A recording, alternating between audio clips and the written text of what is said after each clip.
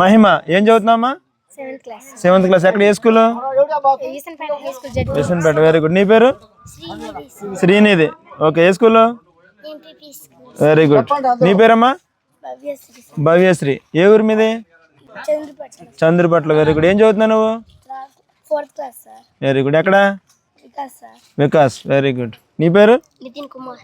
Okay, ఏ school చదువుతున్నావు? ఏం చదువుతున్నావు? ఓకే, ఏం చదువుతున్నావు? 5th class. Very good. నీ పేరమ్మా? శ్రీవల్లి. ఓకే, ఏం చదువుతున్నావు నువ్వు? 5th class. ఓకే, ఎక్కడ స్కూలు? సిద్ధార్థ. Very good. నీ పేరు? శ్రీవల్లిక. Very good. అవుతావు అనుకుంటున్నావు నువ్వు? డాక్టర్ అవుతావా లేదంటే ఇంజనీర్ అవుతావా? ఏమవుతావు? డాక్టర్ అవుతావా? Very good. Wish all the best. ఓకేనా? All the best. బాగా చదువుకోవాలా? బాగా కష్టపడి చదువుతారా? మీకు మీ పేరెంట్స్కి మంచి పేరు తెస్తారా? మీ గ్రామానికి మంచి పేరు తెస్తారా? మీ మండలానికి? Very good. బాగా చదువుకోవాలి. ఓకే, నేను ఆడి బైక్ ఎక్కుతారా? ఎక్కుతారా? ఎంతమంది ఎక్కుతారు బైక్ మీద? ఇప్పుడు మరి డాడీ ఏమైనా పెట్టుకుంటాడా? ఏం పెట్టుకుంటాడు? పెట్టుకుంటాడా? Very good. చేయకండి, అందరు చప్పట్లు కొట్టండి. Very good. ఓకే, హెల్మెట్ పెట్టుకున్నప్పుడు క్లిప్ ఇలా ఉంటుంది కదా, అది పెట్టుకుంటాడా పెట్టుకోడా? పెట్టుకుంటాడా? Very good. నువ్వు ఎప్పుడైనా చెప్పావు డాడీకి? ఏమని చెప్పావు నువ్వు? డాడీ నువ్వు వెళ్ళేటప్పుడు హెల్మెట్ పెట్టుకొని వెళ్ళు డాడీ చెప్పావా? Very good. నువ్వు చెప్పబట్టే డాడీ పెట్టుకున్నాడు. హెల్మెట్ వల్ల ఉపయోగాలు ఏంటి? ఎక్కడైనా యాక్సిడెంట్ అయినా ఏం కాదు సార్, తలకి ఏం కాదా? Very good. Very good. ఇంకా అంటే బాడీలో చెయ్యి ఇరిగిపోయినా కాలు ఇరిగిపోయినా చనిపోయేంత అవకాశం ఉంటుందా? ఉండదు. అదే హెడ్ ఇంజరీ అయితే చనిపోవడానికి ఎక్కువ అవకాశం ఉంది, అవునా కదా? సో అందుకని చెప్పి మీకు ఎవరైనా చెప్పారా? లేకపోతే ఎక్కడైనా చూసావా? టీవీలో చూసావా లేదంటే ఎవరైనా చెప్పినప్పుడు విన్నావా?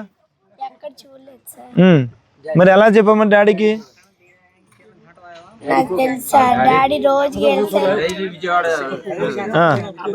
లాంగ్ డ్రైవ్ చేస్తాడా డాడీ? Very good. సో నువ్వు చెప్పడం వల్ల డాడీ హెల్మెట్ ధరిస్తున్నాడు, అవునా?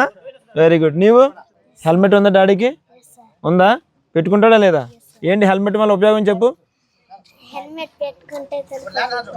తల పగిలిపోకుండా ఉంటుంది. వెరీ గుడ్, కరెక్టే. Very good. సో తల పగిలిపోకుండా మనం కాపాడుకోవచ్చు, అవునా?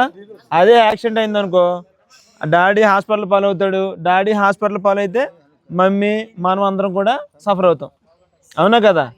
సో అందుకని చెప్పేసి హెల్మెట్ ధరించాలి, అవునా? ఓకేనా? ఓకే, సైబర్ క్రైమ్ అంటే సైబర్ క్రైమ్ గురించి ఏమైనా అవగాహన ఉందా మీకు? సెల్ ఫోన్ ఉందా లేదా? ఎవరికి సెల్ ఫోన్ లేదు చెప్పండి మీ డాడీలో? మీ డాడీకి కానీ మమ్మీకి కానీ సెల్ ఫోన్ లేని వాళ్ళు ఎవరు చెప్పండి? మీ మమ్మీకి లేదు, డాడీకి ఉందా? Very good. చిన్న ఫోనా పెద్ద ఫోనా? టచ్ ఫోనేనా? ఓకే, టచ్ ఫోనేనా? ఓకే. సో టచ్ ఫోన్ ఉండటం వల్ల సోషల్ మీడియా వస్తుందా? యూట్యూబ్ వస్తుందా? ఫోన్పే ఉందా? వాట్సాప్ ఉందా? ఇన్స్టాగ్రామ్ ఉందా? మీరు చూస్తుంటారా లేదా? సెల్ ఫోన్లో గేమ్స్ ఆడుతుంటారు కదా? నిజం చెప్పాలి, ఆడుతుంటారు.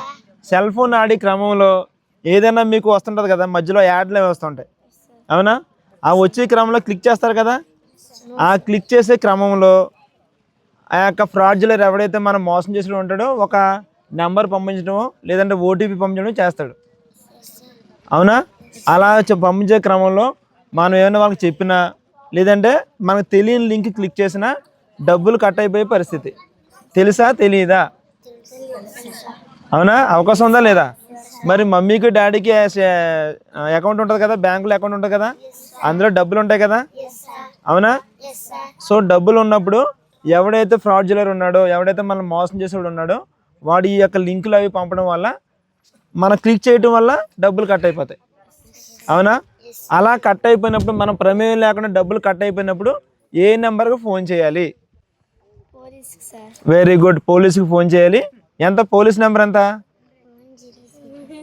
చెప్పు. Very good. ఎంత? 100 100కి ఫోన్ చేయాలి, లేదంటే 112కి ఎంత?